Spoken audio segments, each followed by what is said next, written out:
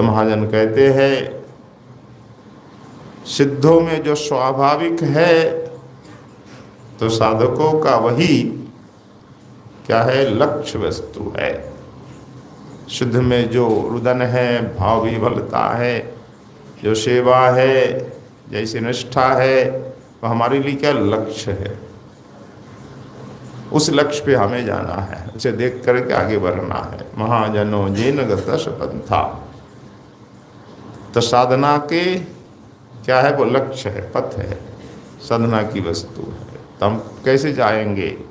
आचार्य योग के दर्शन करके ही तो, उनका भजन, उनकी साधना, उनकी निष्ठा, उनका त्याग, उनका वैराग्य, यही हमारे लिए आदर्श है। पथ प्रदर्शन यही हमें करते हैं। तो उनके लिए स्वाभाविक है, हमारे लिए लक्ष्य वस्तु, साध्य वस्तु, हमें भी ऐसा होना है, हमें प्राप्त करना है। ये साधना हमें भी करनी है, यही लक्ष्य होना चाहिए। आज वृंदावन में जितने भी, वृंदावन के पूरे विश्व में जितने भी गौड़ी वैष्णव जन हैं, उनके लिए षड गोसाई चरण का चरित्र ही आदर्श है। जितने भी ब्रजरस के साधक हैं, उनके लिए एकमात्र आदर्श लक्ष्य क्या है? षड गोस्वामियों के दिव्य चरित्र। इन चरित्रों का श्रवण करना, अनुशीलन करना और अनुसरण करना। हम ऐसा कर नहीं सकते, पर अनुसरण तो कर ही सकते हैं। अगर कहेंगे नहीं हमसे होगा ही नहीं, तो हम रह जाएंगे। तो गोस्वामियों की कृपा होगी, आचार्यों की कृपा होगी, तो कुछ ना कुछ तो संभव होगा ही। तो लक्ष्य तो वही रखना चाहिए, भले ही कठिन हो, अत्यंत कठिन है, फिर भी लक्ष्य तो उसे रखना ही होगा। तो षड गोस्वामी जी के जो चरित्र वही हमारे लिए लक्ष्य है, भले ही अत्यंत कठिन है, पर लक्ष्य वही है। अगर लक्ष्य को सामने रखकर हम साधना करेंगे, एक दिन न एक दिन लक्ष्य को प्राप्त अवश्य करेंगे।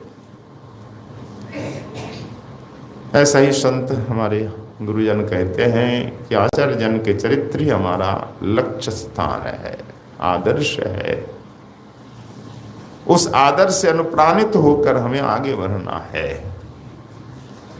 यही तो दशा है रघुनाथ गोस्वामी जी की।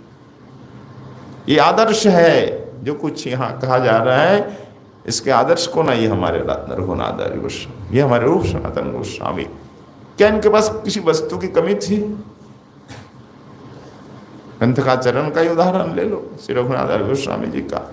क्या कमी, क्या अभाव था? इंद्र के समान वैभव था इनके पास, अपार वैभव। धन का मोह छोड़ना बड़ा ही कठिन है। दास गोस्वामी जी का तनिक भी मोह नहीं। पिता और ताऊ के दोनों की एकमात्र बेटा पुत्र है राजकुमार रघुनाथ, पर इनको धन में, विषय में तनिक भी आसक्ति नहीं। तो देवराज इंद्र जैसा वैभव सब त्याग करके चले आए प्रभु चरणों में। तो दो बंधन सबसे अधिक बंधन होता है, वैभव, धन और स्त्री बंधन। तो दास गोस्वामी का विवाह भी हो गया था, करवा दिया जबरदस्ती। और अप्सरा जैसी स्त्री, नाम भी कमला, और कमला जैसी, लक्ष्मी जैसी। पर न तो स्त्री में आसक्ति दास गोस्वामी जी की, न धन में आसक्ति। ये दोनों बंधन दास गोस्वामी जी को बांध नहीं पाया। जब रघुनाथ दास गोस्वामी जी की माता ने कहा अपने पति देव से, देखो जी मेरा बेटा तो पागल हो गया, ऐसा आप कीजिए, इसे बांध के रखिए, पता नहीं कब भग जाए, इसको बंधन में बांध कर रखिए। तो पिताजी क्या कहते हैं गोवर्धन दास जी अपनी पत्नी से, देखो देवी, जिसको इंद्र के समान वैभव बांध नहीं पाया, अप्सरा से भी सुंदरी ये स्त्री नहीं बांध पाया, क्या मैं सामान्य रस्सी से बांधूंगा? सामान्य रस्सी से मैं बांध नहीं पाऊंगा। सबसे अधिक बंधन तो यही है ना, कामनी कंचन। अप्सरा समान स्त्री ने बांध नहीं पाया, तो मैं कैसे बांधूंगा रस्सी से, असंभव है। तो गोवर्धन दास जी ने सत्संग किया था, इसलिए उनको मालूम है सत्संग का प्रभाव। तो कहते देखो श्री चैतन्य के बातुल है, बातुल मतलब पागल है, दीवाना, हिंदी में कहो तो दीवाना।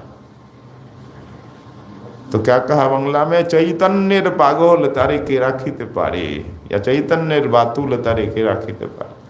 ये तो महाप्रभु के दीवाना है, इसे कौन रोक सकता है। मुझ में सामर्थ्य नहीं, मैं रोकूं, बांध के रखूं। दादाज गोस्वामी को कुछ नहीं अच्छा लग रहा है, स्वरूप आवेश में स्थिर है, प्रभु चरण में दृढ़ निष्ठा है, नित्य परिकर है। ये सब कर रहे हैं किसी लिए, हमारे लिए। तुम भी इस आदर्श से चलो, आदर्श से अनुप्राणित होकर या अनुप्रेरित होकर आगे बढ़ो। प्रभु के नित्य परिकर आते हैं इसलिए, भजन करके त्याग वैराग भजन आदर्श जगत में रख जाते हैं। तुम इस आदर्श का अनुसरण करो और आगे बढ़ो। गर्भस्तुति में ऐसे ही तो कहा गया कि प्रभु ये सब संत भक्त आपकी कृपा की मूर्ति है, आते हैं, आकर के नाव में सवार होकर उस पार चले जाते हैं। आपके चरण कमल रूपी नौका का आश्रय लेकर के संसार सागर पार करके चले जाते हैं स्वयं, और पुनः जीवों के लिए वो नौका को इस पर रख जाते हैं ताकि ये जीव भी पार हो जाए। तो हमारे गोस्वामी जन ये आदर्श रख गए हैं, उनका जीवन, उनका साधना, ये सब आदर्श है और ग्रंथ के रूप में रख गए हैं।